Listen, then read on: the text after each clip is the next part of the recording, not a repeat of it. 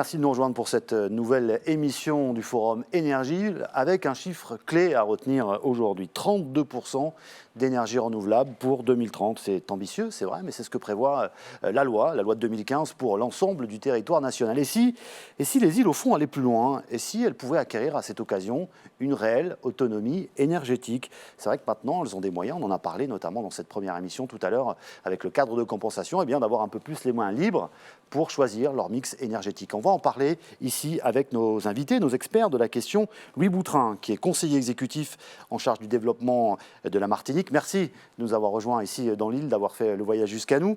Et puis Gilles Siméone, qui est le président du conseil exécutif de Corse. Alors le conseil exécutif, on va expliquer à nos auditeurs ce que c'est une sorte de un peu petit ministère finalement. Vous êtes le Premier ministre de la Corse avec un certain nombre de dossiers. Et vous, pareil, chez vous, vous êtes en charge des questions de développement durable et d'énergie. Avec nous également, nous serons en liaison avec La Réunion, Alain Guézello, qui est élu régional en charge de la commission d'aménagement et de développement durable de l'énergie. Et puis, on aura aussi une carte postale depuis la Guadeloupe avec Harry Chalut qui nous adressera un message tout à l'heure, on l'entendra. Alors évidemment, Covid oblige, pas de forum cette année, pas d'échange direct comme on avait l'habitude de le faire, mais ces émissions de télévision. Mais rassurez-vous, vous allez pouvoir quand même interagir avec nous, puisque vous allez pouvoir poser des questions aux élus qui sont là, tout simplement, en nous adressant comment on fait, un mail, non? On adresse tout simplement un message, Marina, via la page Facebook AUE Corsica. Je crois que c'est pas très compliqué à trouver. Vous nous donnerez un petit peu les questions tout à l'heure en fin d'émission. Mais d'abord, Marina, vous nous aviez offert tout à l'heure un vélo. Est-ce qu'il y en a un pour la deuxième émission?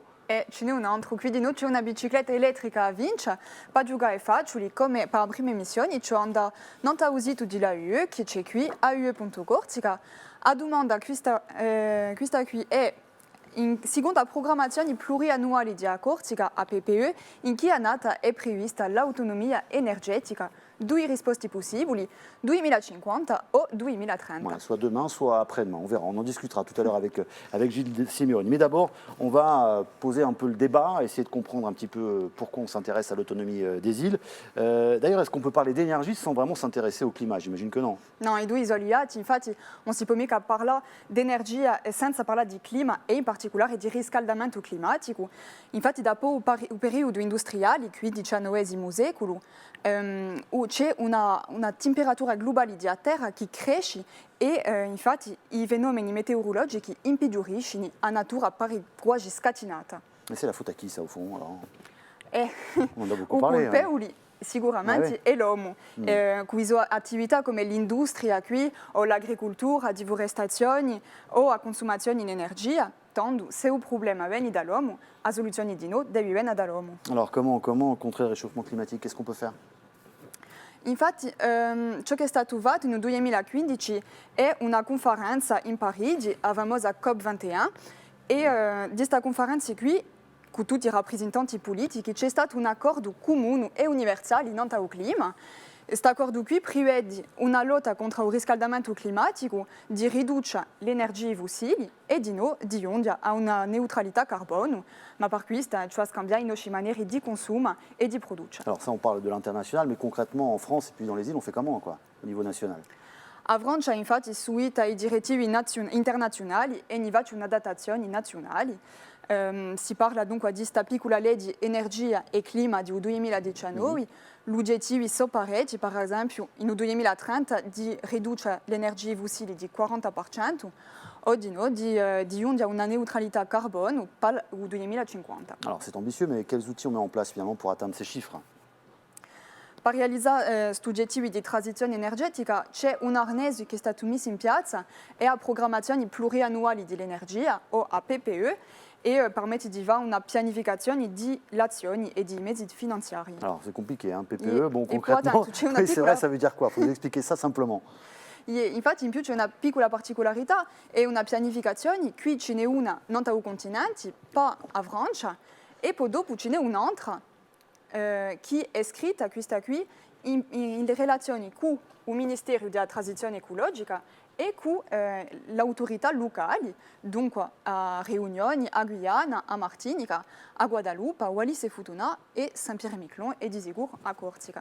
Eh ben justement, on va aller retrouver nos invités, et notamment Gilles Siméone, qui est le président du conseil exécutif de Corse. Alors on va s'intéresser à un mot dont on va beaucoup parler aujourd'hui, le mix énergétique. C'est un peu le mélange des énergies qui font tourner, si je puis dire, l'île, l'éolien, le solaire, etc. Moi, je suis arrivé hier en avion depuis Ajaccio, et j'ai survolé la ville, et j'ai aperçu un panache de fumée qui sortait de la centrale du Vasio. Il était question de l'arrêter, en tout cas de changer les choses. Parce que vous êtes aujourd'hui, clairement, l'électricité fonctionne essentiellement, pour grande partie, aux énergies fossiles. Est-ce que ça va changer rapidement ? Ça va changer le plus rapidement possible. En tout cas, c'est un des objectifs centraux de la PPE, la programmation pluriannuelle de l'énergie. Ça a été rappelé en langue française et en langue corse par Mlle Branca. L'objectif, alors je ne peux pas le dire, sinon je réponds à la question qui a été posée. Bon, je vais le dire quand même. Dites-le, c'est on pas suppose grave. Aidez nos internautes. que les internautes ont déjà joué. Donc l'objectif que s'est fixé la Corse, c'est l'autonomie énergétique en 2050. Ça veut dire qu'à ce moment-là, il faut que nous soyons totalement indépendants et que notre production d'énergie soit totalement assumée à partir d'énergies nouvelles renouvelables. Alors c'est un chemin, bien sûr, un chemin complexe, technique, avec des choix politiques aussi importants. Aujourd'hui, on est sur un mix énergétique d'environ un tiers, c'est-à-dire un tiers de production thermique locale à partir des deux centrales, Luciane, fioul léger, et le Vasio, fioul lourd, un combat historique de disparition de cette centrale. Mais bien sûr, il faut la remplacer avec des préoccupations, y compris d'ordre social. Nous en avons parlé avec EDF et avec les syndicats. Un tiers donc de production endogène thermique, un tiers d'interconnexion et un tiers déjà d'énergie nouvelle renouvelable. Alors on peut aller un peu plus loin. Par exemple, quand il fait beau pendant plusieurs jours, on est arrivé à des pics où la totalité de la production d'énergie de la Corse était à 60% d'énergie nouvelle renouvelable. Se pose quand même la question fondamentale du stockage. Donc nous y travaillons. Et puis de toute façon, notre objectif aujourd'hui pour atteindre l'autonomie énergétique à 2050, c'est quoi ? C'est d'une part la maîtrise de l'énergie, environ 2/3 de l'effort consacré à la maîtrise de l'énergie, c'est-à-dire diminuer nos consommations d'énergie, changer nos comportements, isoler les maisons, etc. On y reviendra, c'est un enjeu fondamental, avec aussi des répercussions très concrètes, y compris au plan social, c'est-à-dire par exemple, si les gens ont moins à dépenser pour leur chauffage, c'est du pouvoir d'achat qu'ils récupèrent dans la vie quotidienne. Donc 2/3 de maîtrise de l'énergie et un tiers de montée en puissance des énergies nouvelles renouvelables. Notre objectif est clair, la Corse, île de Méditerranée, paradis de la biodiversité, des atouts exceptionnels au plan climatique et environnemental. Donc nous, ce que nous voulons, c'est vraiment être une locomotive en matière d'énergie nouvelle renouvelable, aller le plus vite et le plus loin possible. Mais ça se construit et il faut aussi permettre au territoire, à ses acteurs, aux collectivités, aux entreprises d'absorber cette montée en charge. Louis Boutrin, je me retourne vers vous. Vous aussi, pour l'instant, essentiellement, l'énergie, c'est du fossile chez vous. C'est du fossile, mais permettez que je salue le président du conseil exécutif qui nous a invités aujourd'hui, que je salue le peuple corse. Buongiorno a popolo corso. Merci d'avoir fait cet effort. Merci en pile à peuple martinique qui a écouté nous. Donc j'ai traduit également en créole martiniquais. C'est parfait. Et pour répondre à votre question de manière précise, nous devons poser le décor. Le décor, il est relativement simple, en quelques chiffres. Nous importons actuellement 850 000 tonnes de pétrole. Ça représente pour nous 54% de nos exportations pour payer cette facture énergétique. C'est énorme. Et face à cela, nous avons effectivement, à l'instar de la Corse, puisque nous sommes dans une zone non interconnectée, ce qui veut dire que la problématique ne se pose pas comme elle se pose en France continentale, puisque nous devons produire à chaque instant ce que nous consommons. Et pour pouvoir relever ce défi, nous sommes obligés aujourd'hui, effectivement, d'importer du pétrole, mais de prendre l'option de deux choses. La première, c'est maîtriser notre demande énergétique. Et deuxièmement, faire en sorte qu'on puisse développer les énergies renouvelables. C'est possible grâce à une gouvernance que nous avons mise en place avec les acteurs de l'énergie, à savoir le syndicat mixte de l'électricité en Martinique, qui est le propriétaire du réseau électrique, avec le gestionnaire de ce réseau qui est EDF, et bien sûr avec l'État. Et nous avons, à la collectivité territoriale de Martinique, une compétence de planification. Et nous avons mis un pot commun, 47 millions d'euros, de manière à ce que l'on puisse lancer des appels à projets. C'est ce que nous avons fait. 165 porteurs de projets ont répondu à cet appel. Et nous pouvons aujourd'hui, effectivement, avoir un infléchissement de notre dépendance au pétrole. Deuxième chose, à l'instar de la Corse, nous avons effectivement, puisque nous aussi, nous sommes en phase de révision de la programmation pluriannuelle de l'énergie, c'est-à-dire le document stratégique qui fixe les objectifs en matière quantitative, mais également sur ce que vous disiez, sur le mix énergétique. Alors, comme la Corse, nous avons effectivement un mix énergétique avec du photovoltaïque, avec et sans stockage. Nous avons également les éoliennes qui produisent pour l'instant 36 MW et nous avons surtout cette ambition de développer la géothermie. D'abord en Martinique, avec une ressource qui dépasse les 100 degrés du côté des Anses d'Arlet. Là, nous sommes. Ouais. Et là, on peut fabriquer de l'électricité avec de tels niveaux de température. L'avantage de la géothermie, c'est une source énergétique stable. Et ensuite, nous avons une convention que l'on développe actuellement avec l'île de la Dominique, qui a un gisement, un potentiel énorme, plus de 220 mégawatts dans la vallée de Roseau, et on espère pouvoir, à travers cette convention, importer à peu près 60 mégawatts, de manière à répondre à ces besoins énergétiques. L'objectif que s'est fixé la Corse d'autonomie, je dis bien énergétique pour l'instant, pour l'instant énergétique, cette autonomie à l'horizon 2050, nous espérons également l'atteindre. On est parti de très loin. 2015, c'était 6% d'énergie renouvelable. Actuellement, nous avons fait un bond considérable. Nous sommes à 25% d'énergie renouvelable que nous pouvons distribuer. L'objectif, l'étape suivante, ce sera effectivement 2030, 58% d'énergie renouvelable. Donc, ce qui veut dire que nous avons largement rattrapé notre retard grâce à cette politique d'économie et de maîtrise de nos dépenses énergétiques. Et je termine par un chiffre. L'année 2019, nous avons économisé pas moins de 37 millions de kilowattheures d'électricité, ce qui correspond à 8 jours de consommation. Alors, si on transpose ça à la Corse ou à la France continentale, oui, ça énorme. Fait une enveloppe énorme. Donc voilà, à la fois des objectifs et également des mises en œuvre de politiques publiques, mais en partenariat avec une nouvelle gouvernance. Avec les acteurs locaux, évidemment. On va retrouver à présent en duplex avec nous Alain Guézello, qui nous fait l'amitié d'être en direct depuis La Réunion. Vous êtes membre de cette commission là-bas qui est chargée de l'aménagement et du développement durable. Où en êtes-vous, vous, en termes de progrès sur les énergies renouvelables? Vous étiez pas loin, je crois, de 30% tout récemment. Oui, tout à fait. Donc, mais avant de démarrer, je tenais à saluer Monsieur le Président exécutif de Corse, M. Simone, et Monsieur le Conseiller exécutif. Vous dire tout le plaisir qui est le nôtre d'être à vos côtés aujourd'hui, même en visio. Moi, j'ai eu de la chance en tant qu'élu, parce que je suis à mon deuxième mandat, d'être présent en 2013 à Ajaccio, lorsqu'il y a eu la première édition. Oui, à La Réunion, nous, on est aujourd'hui à 32% d'énergie renouvelable. On a une ambition qui est un cap qui est arrêté d'être à 100% dans notre mix énergétique, énergie renouvelable en 2030. On est en train de finaliser notre PPE et donc notre ambition, elle n'a pas changé. Je souhaiterais dissocier l'autonomie énergétique et l'autonomie électrique. Nous, on est plutôt sur l'autonomie électrique en 2030 et l'autonomie ensuite énergétique qui englobe les... Alors, on est en train de perdre la liaison, malheureusement, avec on est à peu près dans ces eaux-là. Donc, sur ce que nous menons à La Réunion, bien entendu, on a cette volonté partagée, comme l'a rappelé les deux autres intervenants avant moi.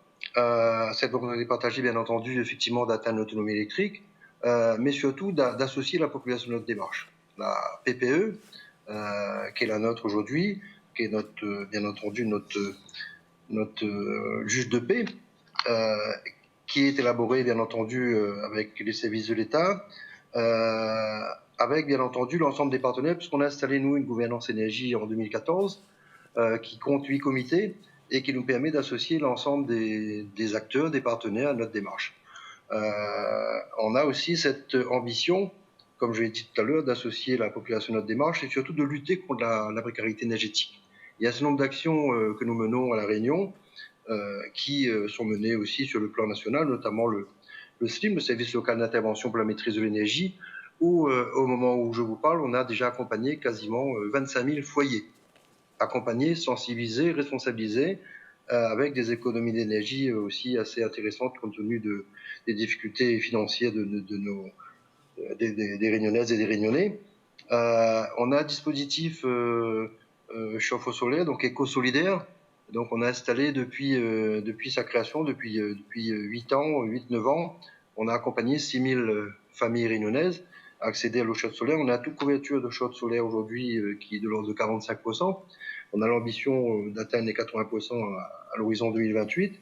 Et comme je dis tout à l'heure, d'axer aussi notre mix sur le photovoltaïque, puisque nous, on n'a pas besoin de moyens de production supplémentaires, on a besoin de conversion.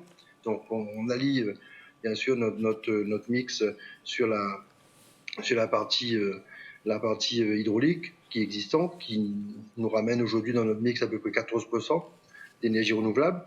La bagasse, qui est de l'ordre de 7,9%.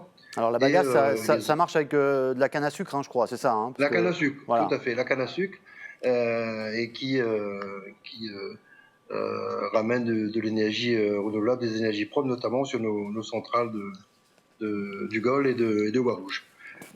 À côté de ça, pour atteindre l'autonomie électrique, et je vais vous annoncer un chiffre qui va vous paraître peut-être assez parlant, puisque nous, notre ambition, c'est en 2024, quasiment, être à 100%.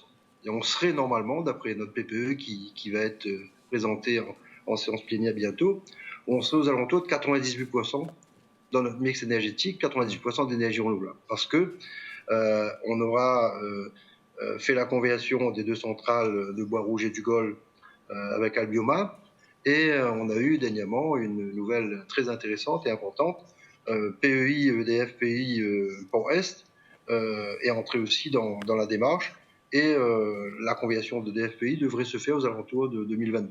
Alors, donc c'est 3 conversions. Ouais, je vais faire réagir ici Gilles Séméoni, parce que ça doit vous faire tendre l'oreille. Quasiment 100% d'autonomie, ça vous fait rêver. Ces 3 conversions. Là, bientôt. Ces 3 conversions, ouais. ces trois conversions fait augmenter effectivement notre mix qui passerait de 32 à quasiment 98-99%.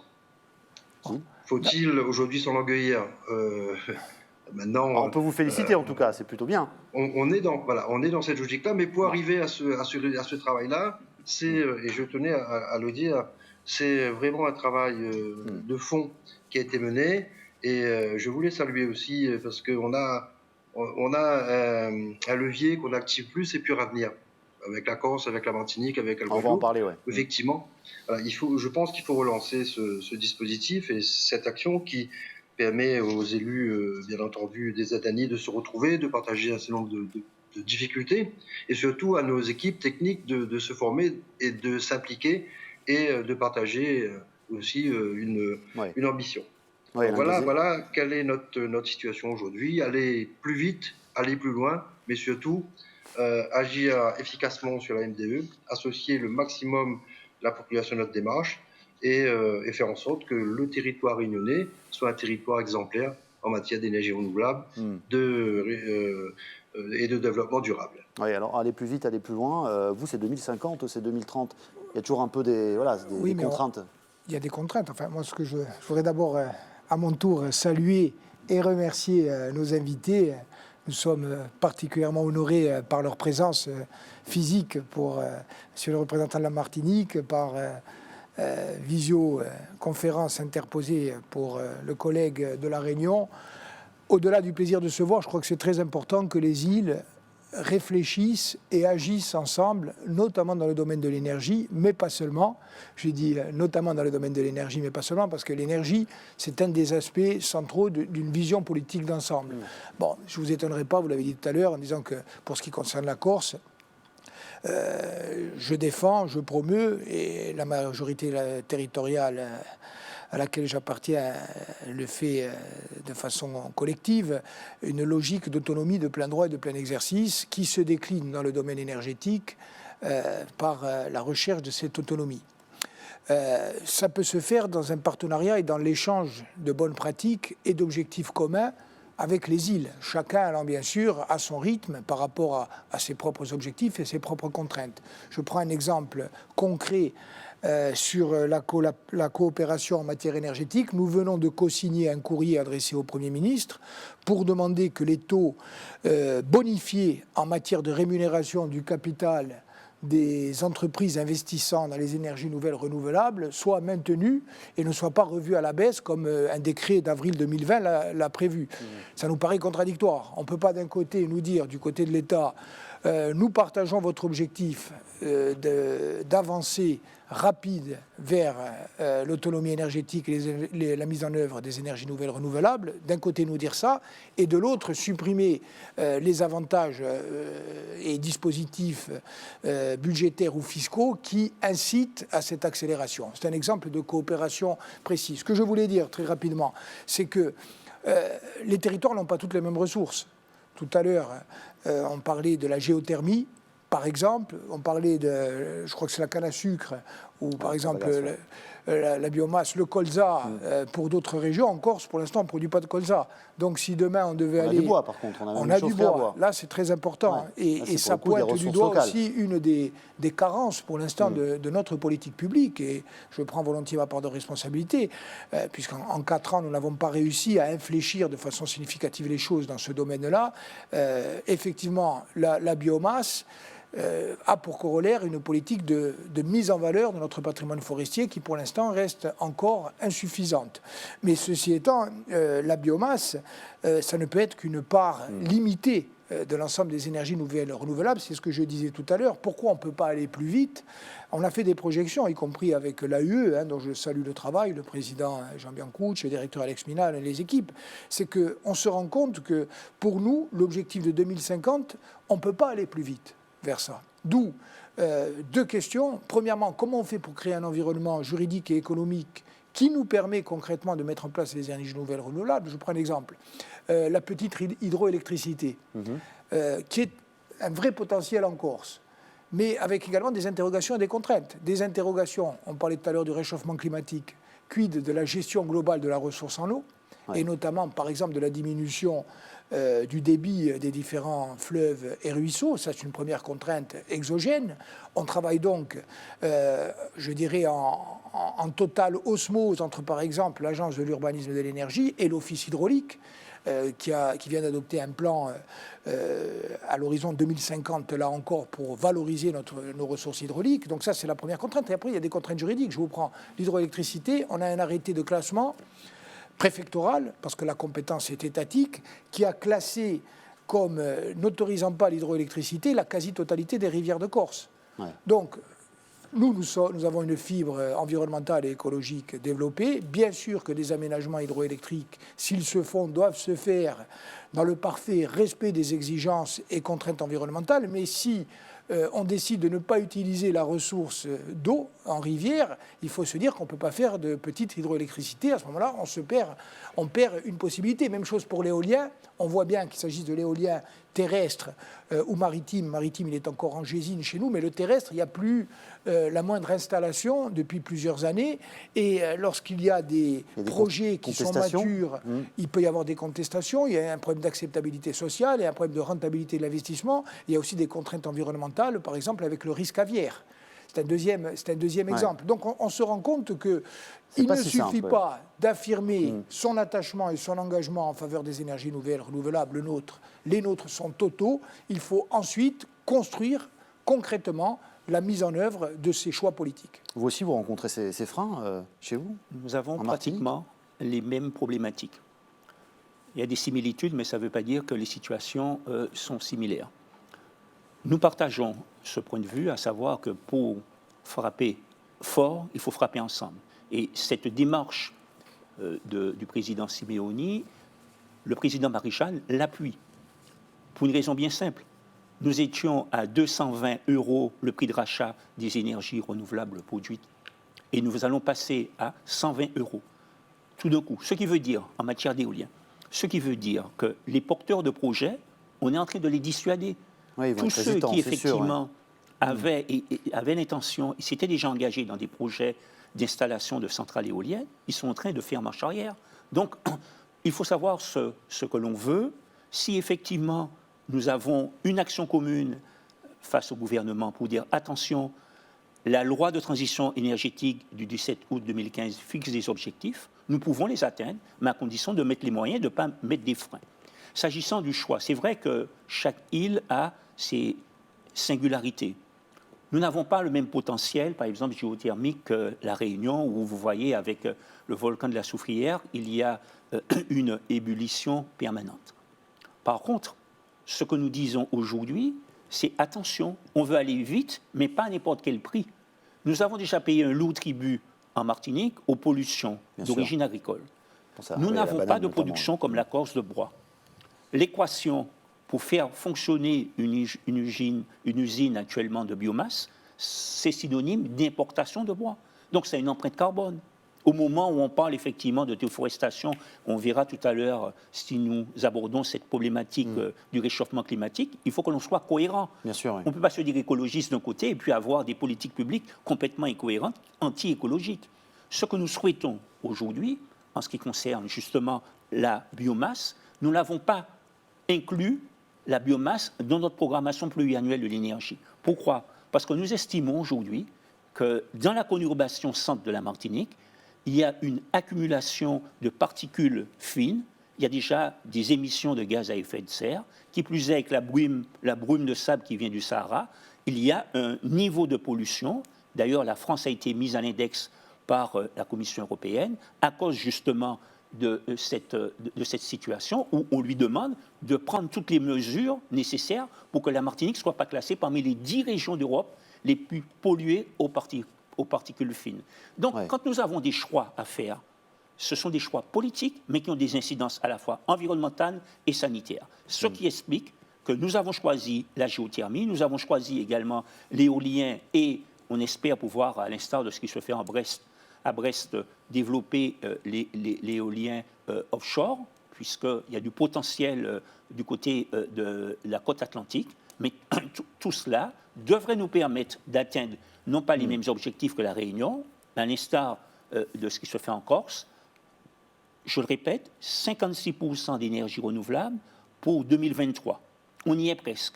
Et puis, on verra à l'horizon 2050 si on peut avoir... non pas l'autonomie, mais l'indépendance à ce moment énergétique. Voilà. Oui, un mot, Gilles Simeoni. Après, il y a aussi les sources, en tout cas les pistes, avec leur lot d'incertitudes, mais de promesses également qu'il convient d'exploiter. Alors, une très opérationnelle tout de suite, c'est l'hydromarithermie, c'est-à-dire en gros se servir de l'énergie de la mer, il s'agit de la température ou de l'énergie. Et de ce côté-là, l'AUE a soutenu une innovation qui a été conçue par un ingénieur corse et qui fonctionne. C'est un camping, une exploitation dans le golfe de Propriano, à Portiolo, où on chauffe grâce à l'énergie de la mer plusieurs dizaines de bungalows.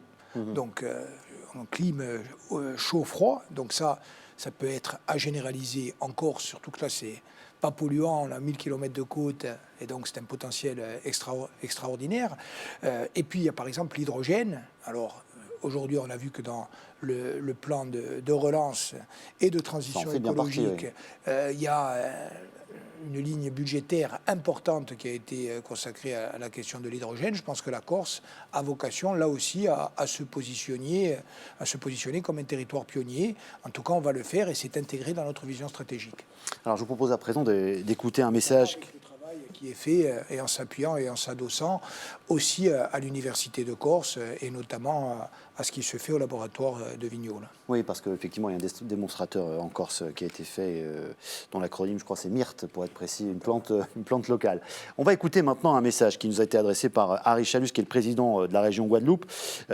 Situation compliquée là-bas avec le Covid, il est resté dans sa région. Guadeloupe, où aussi les énergies renouvelables sont en pointe, elles représentent à peu près 23% du mix énergétique. Mais vous allez voir, il est quand même assez inquiet, presque en colère. Écoutez-le. Monsieur le Président de la collectivité territoriale de Corse, cher Gilles, chers amis et collègues, bonjour à tous. Merci de nous réunir dans ce contexte qui, croyez le bien, me fait regretter de ne pas pouvoir me joindre à vous aujourd'hui. Ce contexte rend d'ailleurs la transition énergétique primordiale comme levier de reprise économique. Le basculement vers une mobilité propre, en support de la mutation digitale, constitue Autant d'opportunités à saisir pour ancrer nos territoires dans l'innovation et le développement durable. Ce sont d'ailleurs des axes forts du plan de relance que nous déployons en Guadeloupe aujourd'hui. Cette responsabilité du maintien de l'emploi tout en assurant la valorisation de nos potentiels locaux et la transition, nous la partageons dans nos îles. Les échanges techniques menés par nos territoires dans le cadre du réseau Pur Avenir, initié par la Guadeloupe, la Corse, la Martinique et la Réunion, le montrent bien. Les objectifs fixés par la loi de transition énergétique de 2015 visaient l'autonomie énergétique à 2030 ne pourront être atteints qu'en s'appuyant sur nos propres potentiels. En Guadeloupe, en 2019, nous avons dépassé les 22% d'énergie renouvelable dans notre mix électrique. Les objectifs de la PPE ouvrent la voie à un basculement massif et rapide vers les mobilités propres qui restent le principal enjeu de la transition avec près de 70% de consommation d'énergie. Sur les 10 dernières années, le taux de dépendance énergétique a baissé de 6 points. Il reste toutefois élevé à 94%. Il nous faut accélérer nos efforts. Je ne peux malheureusement que constater qu'aujourd'hui, la défense des intérêts de nos territoires et la gouvernance de nos politiques énergétiques instaurées par la loi subissent une forte pression. Notre programme pluriannuel de l'énergie, en révision, fait l'objet d'arbitrages unilatéraux au détriment de la défense des intérêts locaux et de l'emploi en particulier. Par exemple, les programmes de maîtrise de la demande mobilisant les certificats d'économie d'énergie récemment adoptés au national, sans consultation de nos territoires, entrent en concurrence directe avec les actions engagées de longue date et construites en partenariat avec nos acteurs économiques. Le verdissement de nos mix énergétiques ne peut s'appuyer sur l'importation massive de combustibles en provenance de l'Hexagone, mais bien valoriser nos potentiels locaux en énergie. C'est oublier que nous portons tous sur nos territoires la responsabilité de l'emploi et la concrétisation des engagements nationaux en matière de transition énergétique. Je souhaite rappeler ainsi à l'État les termes du contrat qu'impose la transition énergétique, notamment vis-à-vis de l'emploi. C'est une question de responsabilité. Nous, territoires insulaires, assurons la construction de trajectoires concertées localement de transition respectant les objectifs visés d'autonomie énergétique.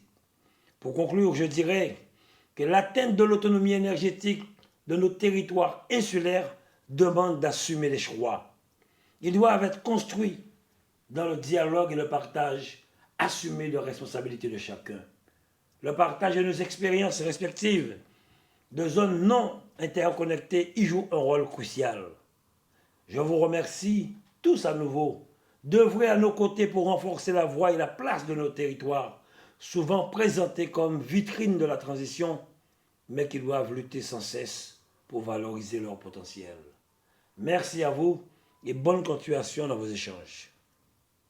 Voilà, on vient d'entendre Harry Chalus qui s'exprimait un petit peu en colère, parce qu'au fond, il dit bon, on nous donne sur le papier les moyens pour avancer vers les énergies renouvelables, mais dans les faits, on nous met parfois des bâtons dans les roues. Vous le confirmez? Écoutez, le dialogue avec l'État est parfois rugueux. Je me tourne vers mes collègues, c'est un combat permanent. Là, chez vous aussi? Là comme ailleurs. Et en fait, c'est une invitation à la responsabilité. Et moi, je pense qu'il ne peut pas y avoir d'émancipation sans responsabilité.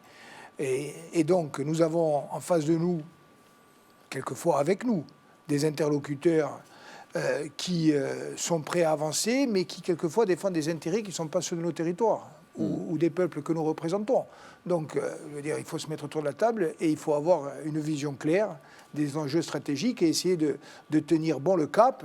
Dans le domaine de l'énergie, ça a été dit par le président de la Guadeloupe, je le salue amicalement s'il nous regarde.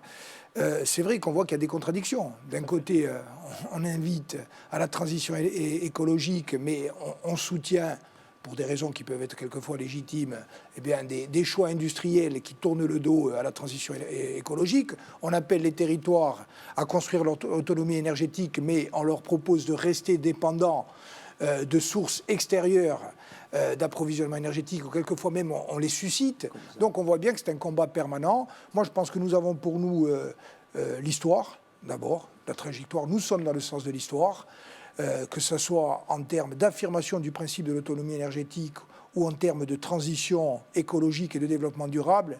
Je rappelle souvent que la Corse a fait de l'écologie un peu comme M. Jourdain faisait de la prose, c'est-à-dire sans le savoir, avant même que le concept ne soit verbalisé et théorisé, confère les bouts rouges, confère la lutte contre le centre d'expérimentation nucléaire qui devait être dans les années 60, je le dis à mes collègues, ils ne le savent peut-être pas. Les plus jeunes d'entre nous ne le savent pas. Un centre d'expérimentation nucléaire dont le principe avait été arrêté par le général de Gaulle et qui devait être implanté près de Calvi, dans un territoire exceptionnel. Donc il y a eu des mobilisations.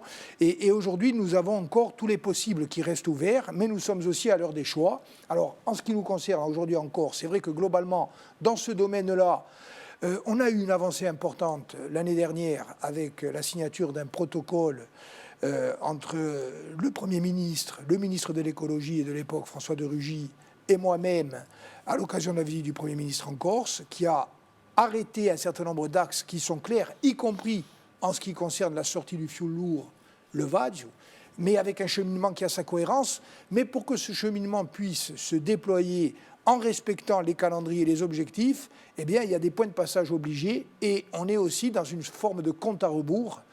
Il faut que la centrale du Vasio ferme, mais pour que la centrale du Vasio ferme, il faut que celle du Ricante soit installée. Pour que celle du Ricante soit installée dans de bonnes conditions, il faut qu'on ait amené l'énergie de transition. Le gaz, c'est une énergie fossile, mais c'est la moins mauvaise.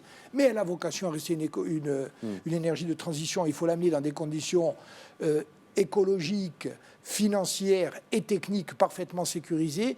De façon concomitante, il faut monter en puissance sur la maîtrise de l'énergie. De façon concomitante, il faut développer les énergies nouvelles renouvelables dans un contexte juridique propice et incitatif. Donc on voit bien que c'est une œuvre extrêmement complexe qui ne souffre pas le relâchement ou les contradictions. Je me tourne à présent vers Alain Guézelot. Je vais vous donner la parole dans un instant, Luc Boutrin, mais on va essayer d'avancer un peu sur ce débat. On entend, la relation avec l'État est parfois un peu rugueuse, c'est le moins qu'on puisse dire, dès qu'il s'agit un peu d'autonomie, voire d'indépendance. Mais il y a urgence, parce que le réchauffement climatique, vous, les îles, notamment, on l'imagine chez vous à La Réunion, vous le vivez au quotidien. C'est quelque chose qui touche votre territoire. Comment il se manifeste concrètement aujourd'hui chez vous ? Le réchauffement climatique ou les relations Un peu des deux. J'ai l'impression que les deux sont chaudes, a priori. Mais le réchauffement climatique, en quelques mots. Non, disons que on s'y prépare et on y travaille depuis un moment. C'est pour ça que j'insistais tout à l'heure sur le fait d'associer la population à notre démarche. Parce que on pourra lutter contre ce réchauffement climatique si on consomme mieux, si on préserve nos ressources naturelles et si le consommateur devient aussi acteur de sa consommation. Et c'est tout le travail que nous menons depuis un certain nombre d'années, associer la population à notre démarche, mais bien entendu la responsabiliser et faire en sorte que ce qu'on propose et ce qu'on ambitionne pour la Réunion soit l'affaire de tous et non pas l'affaire de quelques entre guillemets politiciens. Donc c'est ça notre démarche. Moi, je voulais revenir sur l'intervention du président de la Guadeloupe que je salue. Effectivement, on a peut-être des difficultés à se faire entendre, mais ce qu'on a nous, Martinique, Guadeloupe, Réunion, Corse, c'est on a des atouts aujourd'hui, et ces atouts-là, malgré les contraintes, je pense qu'on a les moyens de les mettre en œuvre. Et s'unir, comme on l'a fait, et je reviens sur Puravenir, unir nos compétences, unir nos atouts et surtout notre volonté, ce serait aussi un gage en face, bien entendu, du ministère ou de l'État, d'ambition partagée de nos territoires. Donc il faut agir ensemble. Bien sûr, on a chacun nos spécificités. Il faut agir aussi gagnant-gagnant parce que effectivement, il y a de quoi faire et il y a encore des sources d'énergie à aller chercher. Nous, on est le seul, je pense, on est le seul département et région à disposer d'un PAT ETM, donc d'un prototype à terre énergie thermique des mers, qui nous permet de former nos chercheurs et qui nous permet d'avoir aussi une vision à moyen terme sur le potentiel ETM à La Réunion, et aussi, bien entendu, nos amis martiniquais s'y sont intéressés. Monsieur le Président de l'exécutif corse parlait tout à l'heure de la chaleur récupérée avec les eaux de mer. Donc il y a tous ces potentiels-là qu'il nous faut effectivement partager parce que ce sont des technologies qui sont coûteuses, et si d'aventure on arrive à s'associer pour faire en sorte que ce qui peut se développer chez nous se développe aussi en Martinique, en Guadeloupe et en Corse, on gagnera plus facilement notre pari. Bien sûr. Donc il ne s'agit pas pour nous, Région Réunion, de faire le procès de qui que ce soit. Il s'agit pour nous d'agir de manière efficace, de nous appuyer sur une loi, la loi de transition énergétique, et bien entendu d'avoir une PPE qui soit la plus robuste possible et réaliste. Après, les freins vont être levés, je pense. Louis Boutrin, on entend notre ami de La Réunion. Il y a cette collaboration entre vous pour avancer, j'allais dire, sur la technique, voir un peu les choses qui fonctionnent d'un côté, ce qui ne fonctionne pas de l'autre. Et puis un petit peu un effort de lobby en vous disant, tous ensemble, on peut faire bouger les choses au niveau du ministère, parce que chacun de son côté, on n'y arrivera pas. Oui, parce qu'on parle souvent de réchauffement climatique, mais l'heure n'est pas au réchauffement politique dans les relations que nous avons actuellement avec le gouvernement. Parce que à travers les décisions qui sont prises, ce sont des décisions qui sont prises depuis Paris, qui nous concernent et qui nous sont imposées. Donc, ce que dit le président de la région Guadeloupe est tout à fait fondé. Il faut qu'il y ait un espace de dialogue, de concertation en amont, que nous ne puissions pas subir les décisions qui viennent des berges de la Seine. Aujourd'hui, nous avons exactement les mêmes atouts, à quelques différences près, mais ce que l'on doit surtout faire, c'est unir à la fois nos expériences et nos savoir-faire. En matière d'énergie thermique des mers, l'investissement qui est demandé, c'est-à-dire utiliser le gradient de température entre les eaux de surface qui sont chaudes chez nous, puisqu'on est dans une zone tropicale, et froide en profondeur, en utilisant ce gradient de température, on peut théoriquement produire de l'électricité. Sauf que le prototype qui était présenté en Martinique, le porteur de projet, c'est un grand projet européen qui consommait effectivement 310 millions d'euros. Pour quel résultat? 10 mégawatts. 10 mégawatts, on peut obtenir 10 mégawatts très facilement aujourd'hui avec 4 éoliennes à 2,5 mégawatts, donc, et qui coûtent nettement moins cher. Donc il y a des choix pertinents, il y a des échanges d'expériences, et nous devons mutualiser toutes ces connaissances pour que l'on puisse faire des choix qui soient favorables au développement économique. Parce qu'au-delà de la question énergétique et de la programmation pluriannuelle de l'énergie, des objectifs que nous nous sommes fixés par rapport à la loi de transition énergétique, il y a un vrai enjeu de développement d'une économie endogène à travers la création de filières de développement, et ce sont des filières de développement locales, de formation, pour que ce ne soit pas des gens qui viennent de l'extérieur pour occuper des emplois que nous aurons créés, mais qu'une fois que les emplois sont créés, qu'il y ait de jeunes Corses, de jeunes Martiniquais qui, à la fois, travaillent et vivent au pays. Et c'est ça, la vision du développement que nous avons aujourd'hui, une véritable vision du développement endogène à partir de la transition énergétique qui est transversale en matière d'énergie, c'est-à-dire en matière de développement agricole, en matière de développement de déchets, puisque nous sommes, là encore, au niveau de l'économie circulaire, faire en sorte que ce que l'on produit, on ne puisse pas systématiquement le rejeter, mais le recycler et sortir de la logique du développement linéaire. En plus, avec le développement du transport, parce que j'ai parlé tout à l'heure de l'importation de pétrole. Sur les 850 000 tonnes de pétrole que nous importons actuellement en Martinique, la moitié de ce pétrole sert actuellement à faire tourner les véhicules et le parc automobile que l'on a. Oui, c'est vrai, quand on parle d'énergie, on oublie le transport souvent. C'est un poste important, c'est la moitié quasiment de ce qu'on importe. Oui, c'est ça. Et il y a une vraie politique publique des transports que nous mettons en place actuellement à travers un établissement public que nous avons créé, qui s'est substitué à toutes les autorités organisatrices de transport, qui est Martinique Transport.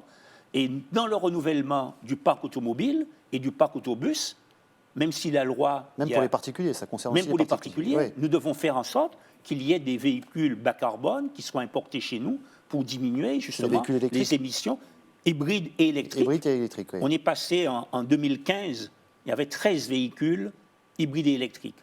On est à 1990 aujourd'hui. C'est un bond considérable, mais quand on compare avec le parc automobile global, ça fait... On est passé de 1% à 3,3%. Donc, c'est bien au niveau de la progression, mais ça demeure, je dirais, homéopathique au regard des enjeux environnementaux. En Corse, on fait du véhicule électrique là, pour faire Bastia-Ajaccio électrique, ça fonctionne? Ça fait partie du programme de la PPE.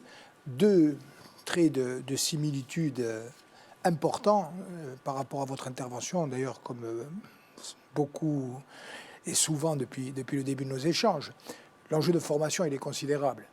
C'est-à-dire, la transition énergétique, elle doit générer pour les entreprises, pour les salariés, une véritable plus-value, et ça ne vous étonnera pas, comme en Martinique et comme dans les autres îles parties prenantes de ce colloque, la volonté, c'est de favoriser l'emploi local, c'est de faire que les garçons et les filles qui vivent ici aient des emplois qualifiés, pérennes, stables, valorisants.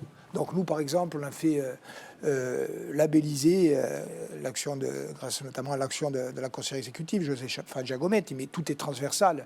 Un campus des métiers dans le domaine de la valorisation énergétique. On était l'autre jour avec l'AFPA à Corté, qui travaille aussi sur ces enjeux de développement durable. Donc voilà, il faut que du début à la fin de la chaîne d'intervention, nous, on propose une formation, une montée en gamme, et en arrière-plan, il y a aussi des enjeux politiques. Deuxième remarque, nous ici on a un combat contre la spéculation immobilière. La spéculation immobilière qui passe aussi par la multiplication, on le sait, des résidences secondaires. Mais pour construire des résidences secondaires, il y a une vraie économie aussi avec des entreprises qui ont besoin de ce travail. Nous, ce qu'on propose, c'est de limiter, voire supprimer, là où elles sont trop nombreuses, les résidences secondaires, vous le savez, de les fiscaliser aussi, et puis de réorienter le travail du BTP vers d'autres types de chantiers. Et par exemple, ceux de la requalification énergétique, ceux de la revalorisation des maisons de l'intérieur, avec des entreprises qualifiées, avec de la main-d'œuvre locale, avec des certifications, ça peut offrir des perspectives qui sont des perspectives considérables. Donc ça, c'est le premier point de similitude, et je pense qu'on sera d'accord. Deuxième exemple, on n'en parle pas assez souvent, c'est vrai, les transports. Alors, transport aérien, on connaît l'empreinte carbone, etc. Pour les îles, que ce soit le transport externe ou le transport interne, c'est un enjeu majeur pour les populations au quotidien, pour l'activité économique, a fortiori pour le tourisme. Transport maritime, dans notre DSP, on augmente les critères de développement durable. On souhaite aller vers une flotte composée de bateaux qui soient des bateaux non polluants et propres. En amont de ces nouvelles acquisitions ou de l'émergence de cette flotte, et vous savez qu'on travaille aussi à une SEM, une société d'économie qui permettrait à la Corse d'être propriétaire de son outil naval. Mais en attendant cela, il y a aussi des solutions techniques à expérimenter. Je pense par exemple à l'électrification à quai, mais une électrification aussi qui ne dépendrait pas, par exemple, qui ne dépendrait pas d'énergie fossile. Donc ça veut dire par exemple à travers du solaire ou même par exemple le recyclage à travers des méthodes nouvelles, y compris du CO2, mais nous y travaillons. Et puis il y a le transport routier, ça a été dit. On a aujourd'hui un parc automobile qui est quasiment totalement composé de véhicules soit essence, soit diesel. Il faut aller vers le véhicule électrique. Il faut développer les transports collectifs. Les transports collectifs, il faut aider les transporteurs routiers à acquérir une flotte qui soit non polluante. C'est un enjeu. Le chemin de fer, on va avoir une grosse discussion avec l'État, notamment dans le cadre du plan de relance et du PTIC. Nous voulons développer le chemin de fer et nous voulons le développer dans des conditions, y compris en allant au-delà. Je pense par exemple à la ligne entre Casamozza, Vescovato et demain Foleli, avec des trains et des unités qui soient adaptés aux nouveaux enjeux, qui soient non polluantes, etc. etc. Donc c'est une construction globale avec des enjeux qui sont considérables. C'est considérable, oui, effectivement. Sur les transports, oui. Oui, sur les transports, mais dans la foulée de ce qui vient d'être dit, effectivement, on veut augmenter le parc de véhicules bas carbone, à condition, bien sûr, qu'on puisse avoir une stratégie en matière d'énergie propre et surtout qu'on puisse mettre des bornes publiques rechargeables un peu partout. Donc nous sommes en train d'élaborer en Martinique ce schéma territorial des bornes publiques. Le corridor électrique. Et quand je parle de schéma territorial, je regarde le président Simeoni, puisque j'ai eu l'occasion de rencontrer à l'époque Mme Giovannini, parce que nous nous sommes inspirés du PADUC, Plan d'aménagement et de développement durable de la Corse, pour élaborer un outil de planification et d'urbanisme qui soit à la fois un outil de développement économique, mais également un outil d'aménagement spatial. À l'instar du PADUC, l'Assemblée de Martinique a voté pour le PADMA et nous sommes, Plan d'aménagement et de développement durable de la Martinique, nous sommes très, très, très attentifs à ce que vous avez fait, parce que ce qu'il nous faut actuellement, c'est ce vecteur législatif, puisqu'il y a une loi qui a été votée pour la Corse pour permettre de mettre en place cet outil d'aménagement. Et tout ce que nous disons, ça a de la cohérence, ça a du sens. Les politiques publiques ne sont pas sectorielles comme avant, elles ne sont pas compartimentées. Il y a une transversalité dans toutes les politiques à la fois d'aménagement du territoire qui conditionne le développement économique, qu'on parle développement de l'agriculture, de l'économie bleue, mais également de l'ensemble des autres activités. Et c'est là-dessus que nous allons pouvoir bâtir des politiques publiques énergétiques cohérentes. Je me tourne à présent vers La Réunion et Alain Guizello. Vous en êtes où en termes de transport? C'est vrai qu'on voit fleurir un peu partout, en tout cas sur la France continentale, ces véhicules hybrides ou au moins électriques. Vous, quelle est votre stratégie là-dedans en termes de transport? En quelques mots, parce qu'il nous reste peu de temps. Alors rapidement, nous, aujourd'hui, on est à 5592 véhicules voitures hybrides non rechargeables. On a 528 véhicules en hybride rechargeables et on est à peu près sur 1 millier de véhicules électriques. Et comme l'a rappelé mon collègue martiniquais tout à l'heure, il nous faut bien entendu aller vers des recharges. Alors, on a perdu un peu le son avec La Réunion. Ah, voilà, une petite coupure. J'avais une question à vous poser, moi, à ce propos, parce que, effectivement, si vous dopez, vous installez beaucoup de véhicules électriques, ça vous pose un problème, parce que vous importez moins de carburant, c'est une bonne chose, sauf que le carburant, vous le taxez, c'est une part importante de votre budget, de votre collectivité. Il va falloir trouver une solution de taxe, de compensation quelque part. Il y a toujours des compensations qui sont en Corse aussi, un petit peu, quelque part. Hein. Ça va appauvrir les recettes des collectivités, certes, mais de l'autre côté, quand on regarde le transport public, par exemple, il y a la taxe parafiscale qui est le versement transport, qui est prélevé sur toutes les entreprises du secteur marchand et non marchand de plus de 11 salariés. Et c'est cette taxe qui permet de payer déjà pratiquement un cinquième des recettes nécessaires pour les transports publics. Donc, il y a des sources de financement qui sont là pour compenser. Oui, il va falloir être inventif quand même, parce qu'installer des éoliennes, c'est facile, comme ça, dit comme ça. Puis en fait, tout est plus compliqué dès qu'on se confronte aux détails. Hein. Toujours complexe. C'est toujours beaucoup. On peut gagner d'un côté, perdre de l'autre. C'est vrai qu'il peut y avoir des diminutions de recettes fiscales. Bon, alors en Corse, en plus, vous savez, une situation qui est particulière, puisqu'on n'a pas en Corse de carburant non polluant. Donc l'incitation fiscale qui est prévue pour la consommation du caractère de carburant non polluant n'a pas d'effet, et que par ailleurs on a un surcoût dont les mécanismes de formation sont actuellement à l'étude, puisque normalement on devrait avoir des mécanismes de compensation qui devraient permettre d'atténuer les prix du carburant, et qu'on ne les a pas, et puis qu'on peut aussi réfléchir, y compris de ce côté-là, une fiscalité spécifique. Ce que disait tout à l'heure, et vous aviez tout à fait raison, c'est que les politiques sont globales, et qu'à un moment donné, il faut avoir une vision globale et aménager les différents dispositifs en fonction des objectifs que l'on a arrêtés et considérés comme prioritaires au plan politique. Alors, j'informe à présent ceux qui nous regardent via Internet que le jeu est désormais clos. C'est vrai que Gilles Simeoni, tout à l'heure, vous a un petit peu aidé. Il a donné la réponse assez rapidement. Mais j'ai fait appeler un ami. Oui, voilà, c'est ça. C'est peut-être lui qui a gagné. Je ne sais pas. Vous nous direz tout à l'heure, Marina. En tout cas, on n'a pas des gens qui nous ont appelés, mais des gens qui nous ont envoyé des questions tout à l'heure. Première d'entre elles. Prima domanda è quella di Cristina Inaiacciu, che domanda gli sugli viaggi coi centrali a combustibili, quando è che i mezzi di produzione saranno più puliti e meno pericolosi per la salute? Gilles Simeoni, je vous laisse répondre à cette auditrice d'Aiacciu. Normalement, la centrale emblématique de la pollution en Corse, historiquement, c'est le Vaggio. Elle doit fermer au plus tard en 2023. Pour le reste, donc, je pense qu'on a essayé de répondre de façon claire et précise à toutes ces questions. L'enjeu, c'est aussi un enjeu de santé publique, effectivement, puisque les productions d'énergie sont corrélées à la santé publique. Qu'en est-il chez vous? Vous avez une centrale aussi qui a été récemment un peu, je ne sais pas si elle a été rénovée, mais en tout cas qui est faite pour marcher quelques années encore. Hein. Oui, c'est une Qu'est-ce que vous allez en faire pendant C'est une 20 ou 30 ans? centrale qui fonctionne au fioul, centrale EDF. La semaine dernière, nous avons eu un contact avec la direction d'EDF qui nous informe son changement de paradigme.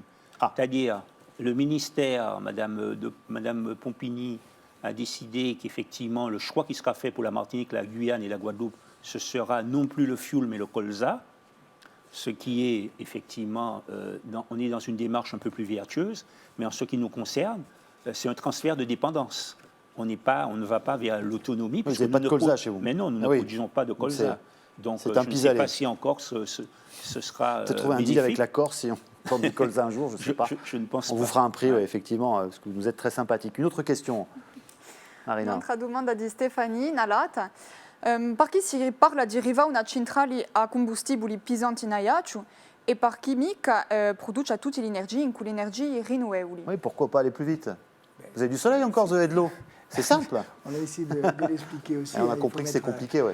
Il faut que la nouvelle centrale puisse être au fioul léger et basculer au gaz. L'énergie de transition. Dans un premier temps. Ouais. Une autre question, peut-être, Stéphane? Yves dico, si parla spesso di produzioni, un pensate mica che ci arriva prima a ridurre la nostra consumazione? Ce che moi tout prima, puisqu'il y a, je réponds pardon en français, réduction de deux tiers du programme, c'est pour réduire la consommation d'énergie, et un tiers pour augmenter les énergies nouvelles renouvelables. E faccio piacere di sentire questione in corso e così ben presentate. Ah, mi faccio piacere. Ah, grazie. Alors justement, on va s'intéresser, effectivement, on se dit en Corse, on a des hivers assez rigoureux. Est-ce que vous aussi, du côté de La Réunion, la rénovation énergétique, c'est un véritable enjeu chez vous? Bien sûr. Bien sûr, c'est aussi l'un des piliers de notre action. On a, et je pense que la Martinique, la Guadeloupe se sont emparés, la Corse aussi, le Sarré notamment, parce qu'on nous avait oublié au départ. Le Sarré qui nous permet effectivement d'accompagner un certain nombre de foyers et agir sur l'efficacité, la sobriété, c'est notre volonté également. Notamment sur le volet particulier, puisque aujourd'hui il y a des primes qui existent, mais au-delà des primes, c'est aussi un changement de mentalité. C'est-à-dire, on est habitué, nous, on a subi effectivement cette modernisation.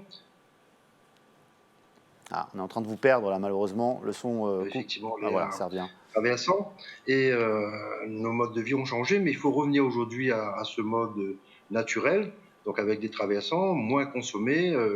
Lorsqu'on peut éviter la clim, il faut l'éviter. Il faut aller sur la partie naturelle. Donc on accompagne, on souhaite effectivement associer la population à notre démarche. Il y a des outils qui existent, il faut les amplifier, il faut surtout les ramener aux besoins du territoire et aussi à la capacité du territoire à mettre en œuvre ces programmes. À la Martinique, la problématique est à peu près la même qu'à La Réunion? Oui, elle est à peu près la même, mais nous entrons dans une problématique de réchauffement climatique qui a à la fois des effets visibles et des effets invisibles. Les effets invisibles, c'est sur la biodiversité. Nous sommes un territoire où il y a une richesse en biodiversité extraordinaire. D'ailleurs, nous sommes candidats sur la liste du patrimoine mondial de l'UNESCO pour pouvoir faire reconnaître cette biodiversité et ce niveau d'endémisme que nous avons. La conséquence du réchauffement climatique, c'est que de 0 à 400 mètres, il y aura plus de la moitié de cette diversité biologique qui disparaîtra au niveau végétal. Donc ça, c'est une préoccupation majeure. On doit mettre en place de vraies stratégies de protection et de prévention. Mais il y a ceux qui sont visibles, les effets. L'effacement du trait de côte, avec l'érosion côtière qui est importante, à vue d'œil, comme ça, on voit toute une partie du littoral qui disparaît. Et puis, un autre phénomène que vous ne connaissez pas, mais qui vient de la prolifération d'algues sargasses, et qui, effectivement, s'amplifie avec des échouements sur le littoral, avec un impact environnemental, de santé publique et économique considérable. L'autre conséquence, on n'en parle pas suffisamment.